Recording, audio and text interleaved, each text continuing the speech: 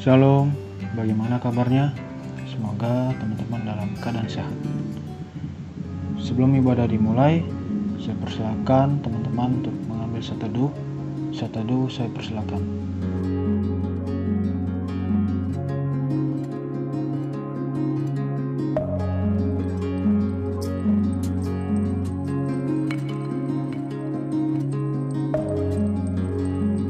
Seteduh selesai, mari kita angkat satu pujian, Kasih-Mu tiada duanya.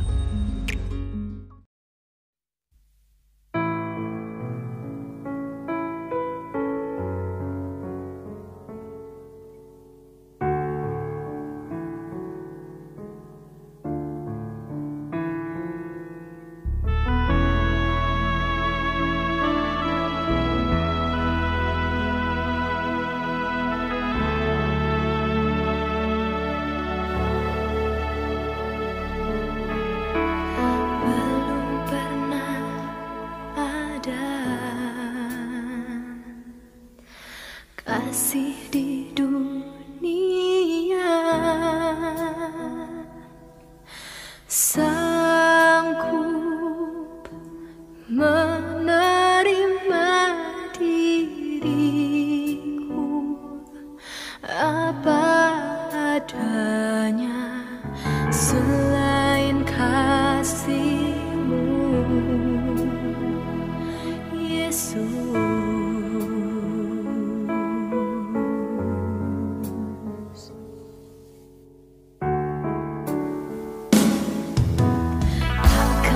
Ada lagi kasih seperti ini, sanggup mengubahkan hidupku menjadi baru selain kasih.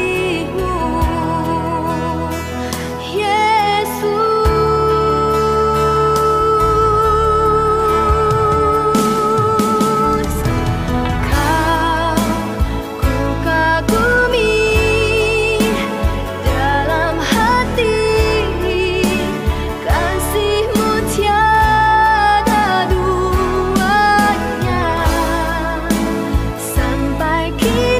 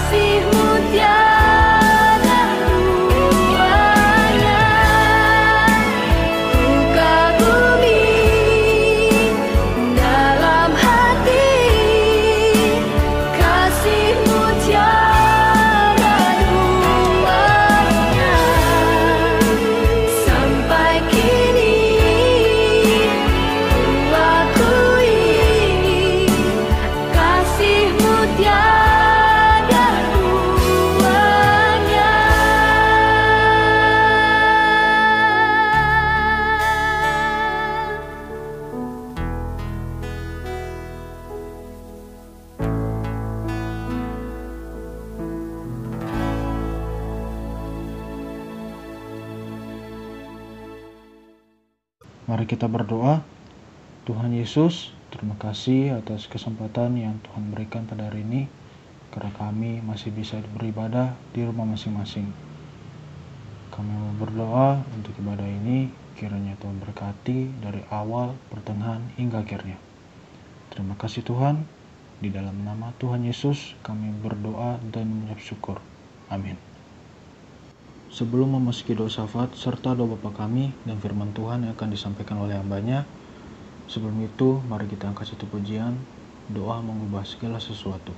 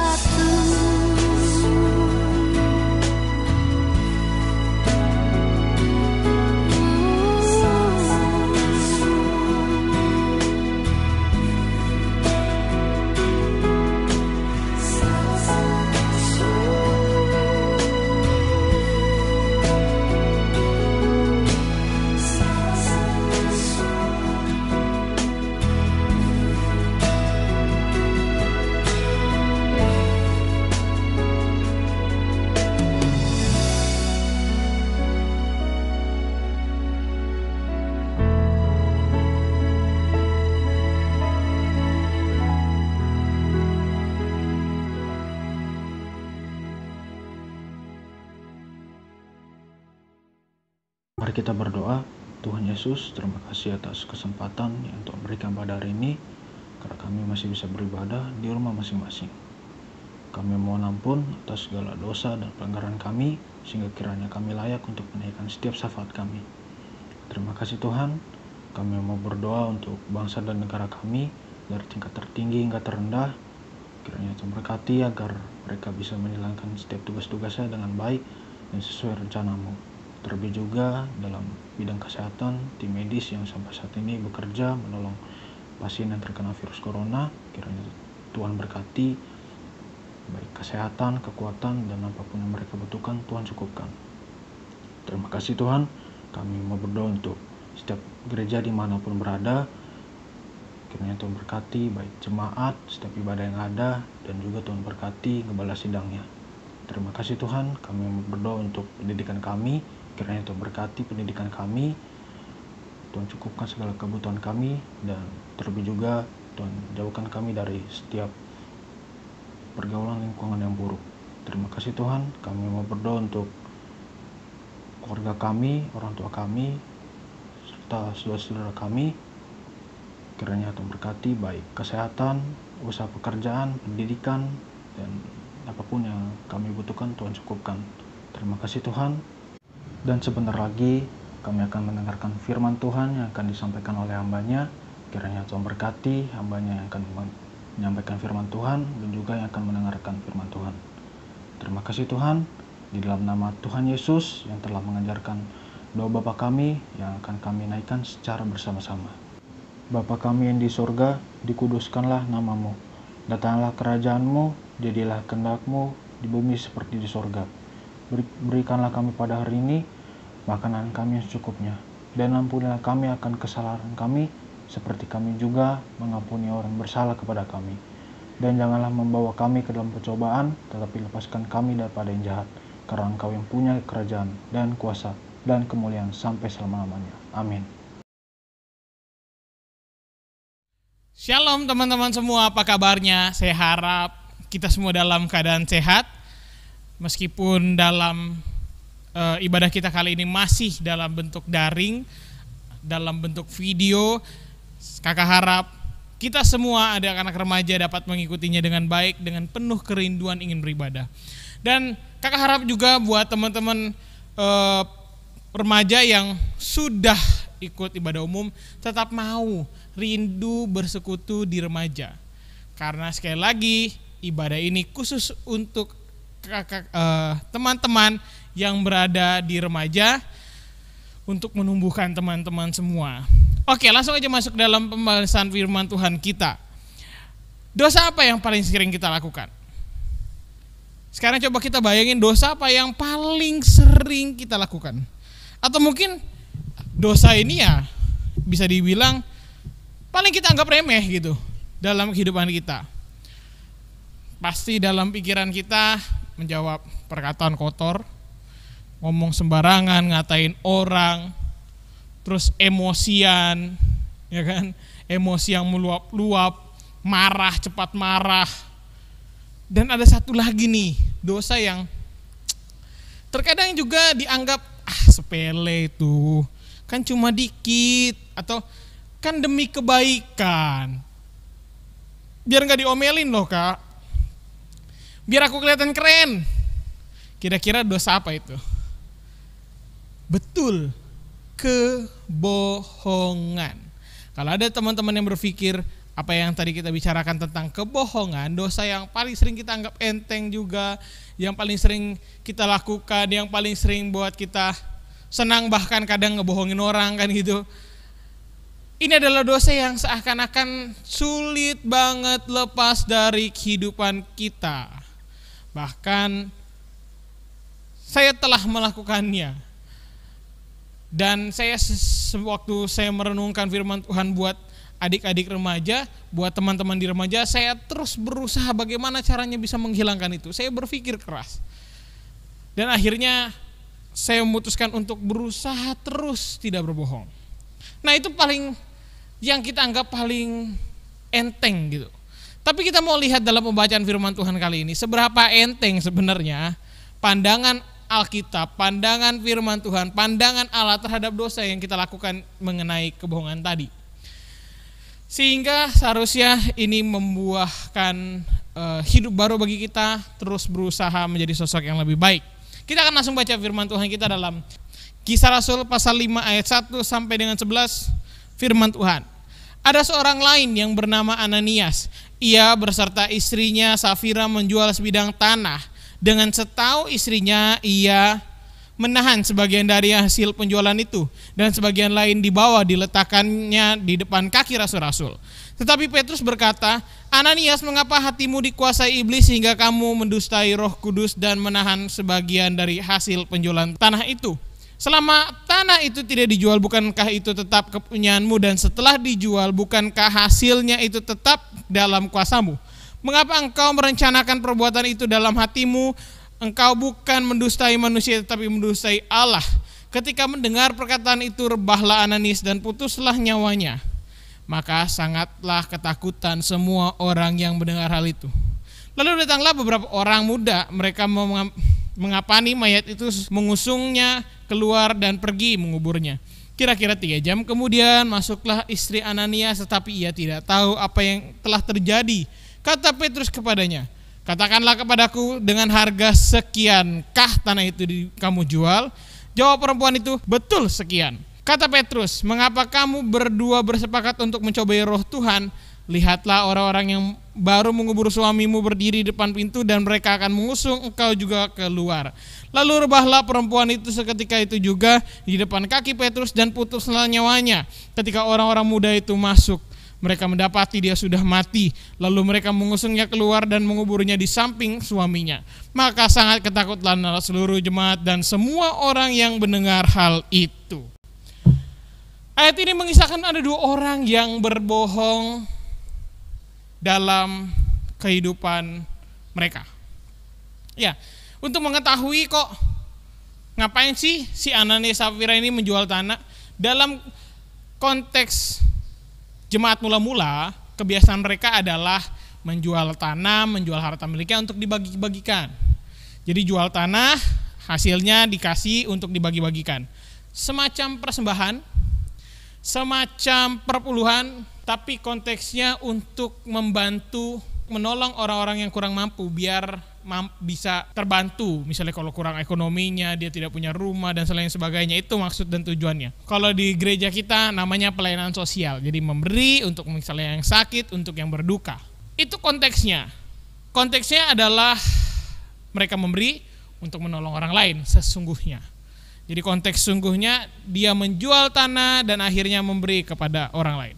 Nah, kita akan lihat sekali lagi betapa sebenarnya dosa yang kita anggap remeh selama ini ternyata tidak dianggap remeh oleh Allah. Kita lihat lagi tadi Ananias. Ananias dan Safira menjual sebidang tanah. Dalam ayat 1 dikatakan demikian. Menjual sebidang tanah. Niat hati dengan baik, ia mau menjual sebidang tanahnya untuk dibagikan orang lain. Mungkin juga ada indikasi bahwa mereka ketika menjual tanah tersebut bukan untuk bantu orang lain, tapi biar kelihatan keren dan hebat. Secara banyak orang lain juga melakukan. Makanya tadi di ayat yang pertama ada orang lain juga. Coba saya baca ulang ya. Ada seorang lain yang bernama Ananias. Kalau teman-teman baca di ayat sebelumnya, sebenarnya itu mengisahkan tentang Barnabas yang juga memberikan dirinya untuk menjual hartanya dan akhirnya bagi-bagikan. Mungkin dia mau terlihat seperti Barnabas dan dipuji orang, sehingga dia jual sebidang tanah. Tapi apa yang dilakukan, kita akan lihat. Simpel banget yang dilakukan. Ketika dia menjual tanah, dia membohongi rasul-rasul. Ketika dia menjual tanah tersebut, dia bilang kepada dia bawa semuanya kepada rasul-rasul dan dia bilang, ini harga ini yang saya dapat hasil penjualan tanah saya. Sehingga ketika rasul-rasul melihat, secara khusus Petrus bertanya kepada dia. Di ayat ketiga, Ananias, mengapa hatimu dikuasai iblis sehingga engkau mendustai Roh Kudus dan menahan sebagian dari hasil penjualan tanah itu. Menarik banget karena nggak mungkin dong ketika dia mau kasih ini hasil penjualan tanah saya, terus nggak ditanya Kamu tahan sebagian ya? Gak mungkin seperti itu kisahnya. Gak mungkin langsung mati belum ditanya. Jadi diinterogasi dulu, pasti ditanya dengan harga sekian, sama seperti istrinya sebelumnya. Sesudahnya nanti dia ditanya, tapi dia jawab, iya ini loh harganya cuma segini. Dia mencoba menipu rasul-rasul. Yang sebenarnya nih, kalau kita pikir-pikir, bohongnya dia tuh gak merugikan orang lain. Ya dong, bohongnya dia itu gak merugikan orang lain. Tapi ketika dia berbohong, bukan permasalahan itu merugikan orang lain atau tidak. Hal pertama yang harus kita garis bawahi, ketika kita mungkin berbohong, ya kan aku gak merugikan orang lain, yang penting Kak, kita harus sadari bahwa berbohong bukan bicara rugi, tidak ruginya orang lain, tapi berbicara kejujuran, kebenaran hati kita. Dilihat dari sini, dia yang tidak merugikan orang lain pun ternyata dihukum Allah. Ketika dibilang, ini kan tanahmu, kamu bilang harganya sekian, aku simpan sebagian dan aku cuma serahkan segini pun tidak masalah. Itu di dalam ayat keempat. Waktu ini kamu jual, kamu gak kasih pun gak masalah karena masih kepunyaan dia. Tapi ketika ia memberi dan berkata ini udah semuanya, itu yang jadi masalah. Karena ketika dia memberi, dia berbohong. Ketika dia menolong, dia berbohong. Dalam kehidupannya dia berbohong dan mencoba membohongi orang lain. Walaupun sekali lagi, padahal itu hal yang tidak merugikan orang lain. Tapi karena kebohongannya, ia meninggal dunia. Wow, bohong meninggal dunia. Jadi bukan sepele hal berbohong di mata Allah. Dari hal ini aja kita langsung paham bahwa berbohong itu bukan hal yang simple, yang enteng, yang dianggap ya udahlah dosa-dosa kecil. Karena dalam kekristenan tidak ada dosa kecil, dosa besar. Nggak ada. Dosa sama. Orang berdosa dapat hukuman, itu semua sama. Dosanya mau nyuri 1.000 dengan nyuri 100.000, dengan nyuri 1 juta, dengan nyuri 1 miliar, sama. Jadi ketika dia berbohong, meskipun tidak merugikan orang lain, dia tetap bersalah di mata Tuhan. Jadi ketika kita berbohong hanya untuk meninggikan diri kita pun, kita telah berdosa di mata Tuhan. Itu yang terjadi dalam hidup Ananias dan akhirnya ia mati. Dia mencoba berbohong meskipun tidak merugikan orang lain, Allah tetap memandang itu sebagai dosa dan dia dihukum Allah. Nah, kisah ini gak sampai di situ.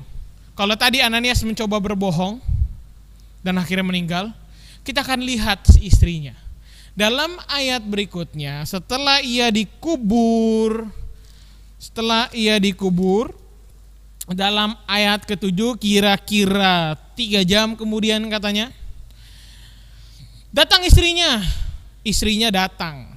Mungkin istrinya, kan aku tadi suamiku baru habis ngasih, aku pasti dipuji nih, aku datang gitu kan. Atau mungkin dia mau mencari suaminya, kemana ya suamiku? Apa dia lagi dijamu oleh para rasul karena telah memberikan hasil sebidang tanah, dihargai bla bla bla bla. Dia datang. Ditanya sama Petrus, simple. Dengan benarkah dengan harga sekian kamu jual tanah itu? Betulkah harga itu, uang itu sudah seluruhnya? Betulkah kamu jual harga tanahnya hanya segini? Itu yang ditanya oleh Petrus. Wih, hebatnya karena di ayat kedua sudah dikatakan mereka bersepakat. Mereka sepakat. Mereka punya komitmen, nanti kalau gue habis bohong lu jangan ngaku ya. Lu bohong lagi biar gue bener. Biar gue kelihatan bener. Biar gue kelihatan hebat. Lu bohongin ya orang-orang ya. Tujuannya sih baik, biar nama suaminya gak tercoreng. Tujuannya sih baik katanya, menurut dia aku berbohong dengan tujuan agar suamiku tidak kena ketahuan nantinya. Kasihan kan kalau dia ketahuan, dia dicela bla bla bla bla bla. Kasihan kan kalau suamiku nanti sampai ketahuan ketika aku kasih tahu harga aslinya sama Petrus, sama rasul-rasul. Tujuannya terkesan baik. Istri ini mau menolong suaminya. Tapi ketika ia ditanya demikian dan dia berkata, betul sekian. Betul kok Rasul Petrus, segitu doang yang saya jual. Situlah dosanya terjadi. Kita nggak bisa bilang bahwa dosa itu bisa kita selipkan dalam perbuatan kebaikan. Aku bohong demi kebaikan kok. Aku bohong kan gak merugikan orang lain, justru menguntungkan suamiku.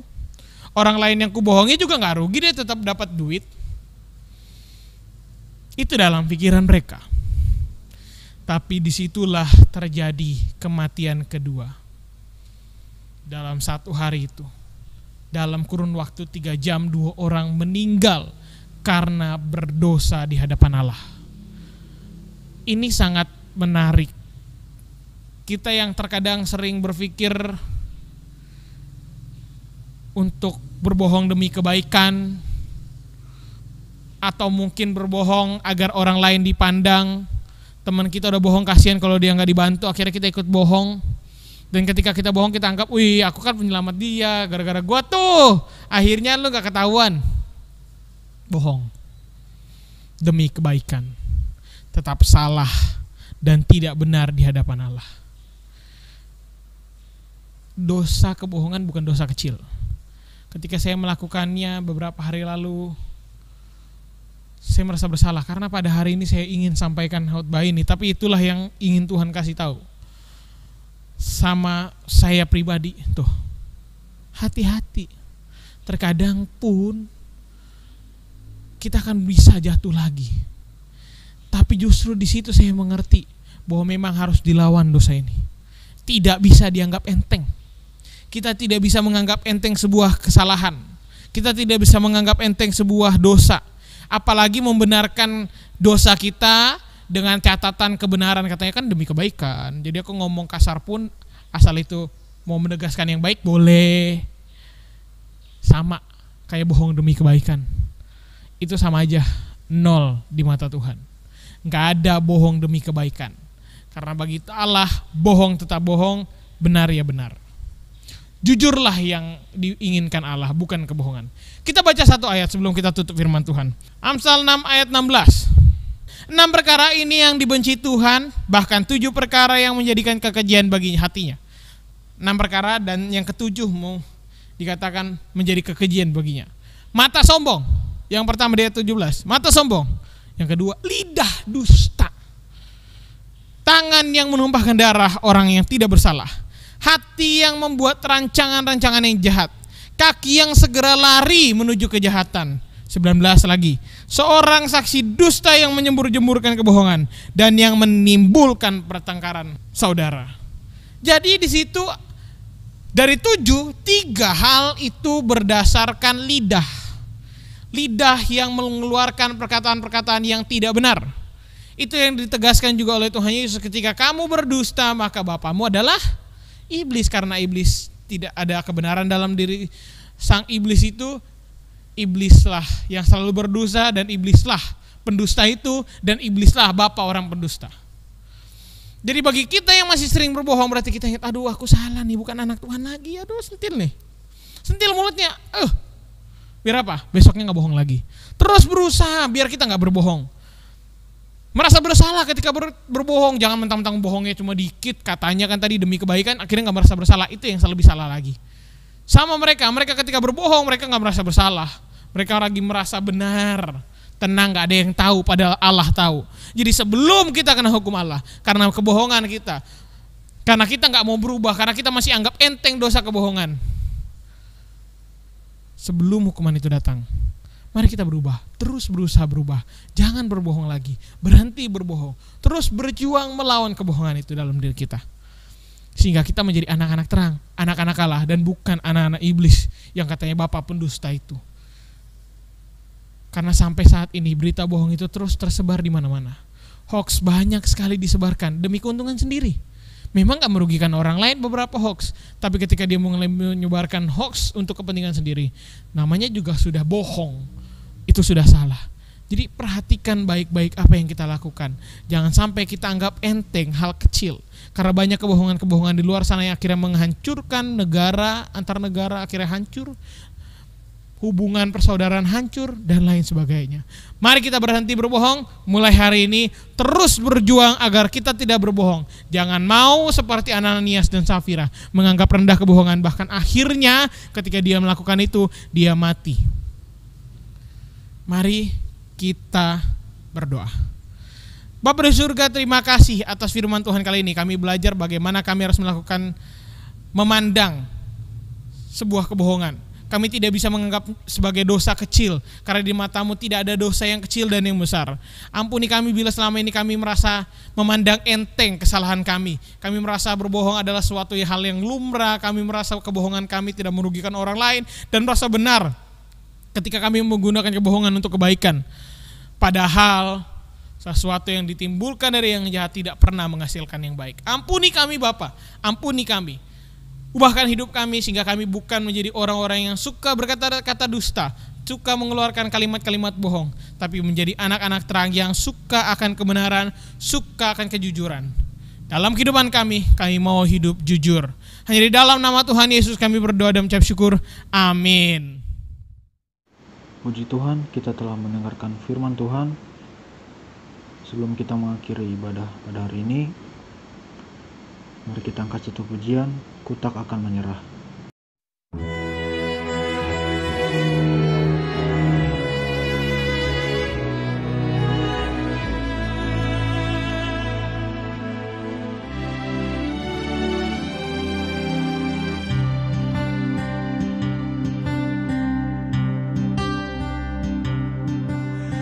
Dalam segala perkara Tuhan punya rencana yang lebih besar dari semua yang terpikirkan. Apapun yang kau perbuat, tak ada maksud jahat. Sebab itu ku lakukan semua denganmu Tuhan. Ku tak akan menyerah pada apapun juga, sebelum ku coba semua yang ku bisa, tetapi ku berserah kepada kehendak-Mu. Hatiku percaya Tuhan punya rencana.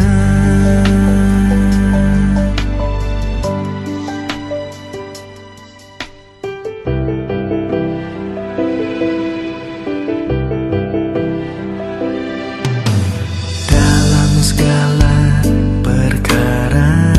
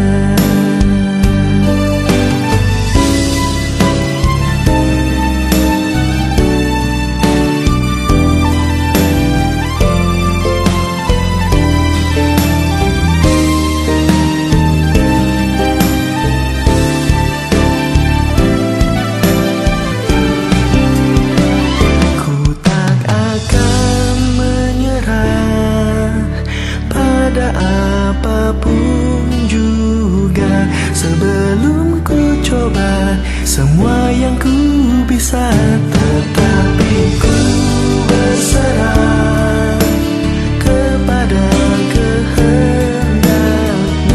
Hatiku percaya Tuhan punya rencana. Ku tak akan menyerah pada apapun juga, sebelum ku coba semua yang ku bisa, tetapi ku berserah kepada kehendak-Mu. Hatiku percaya Tuhan punya rencana. Hatiku percaya Tuhan punya rencana. Hatiku percaya Tuhan punya rencana.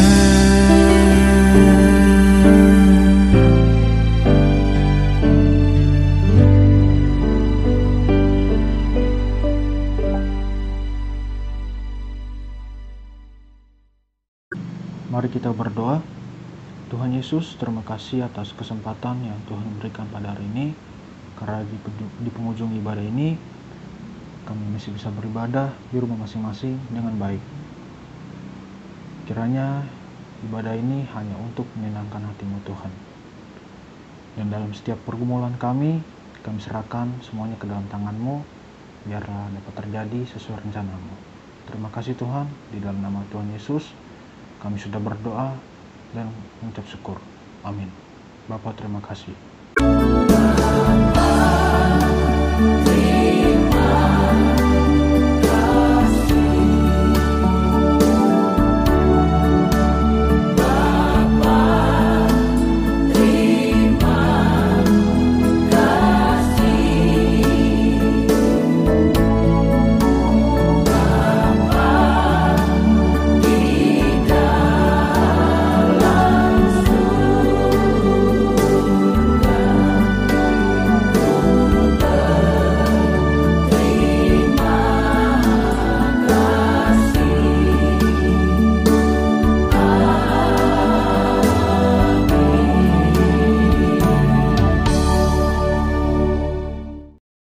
Ibadah telah selesai.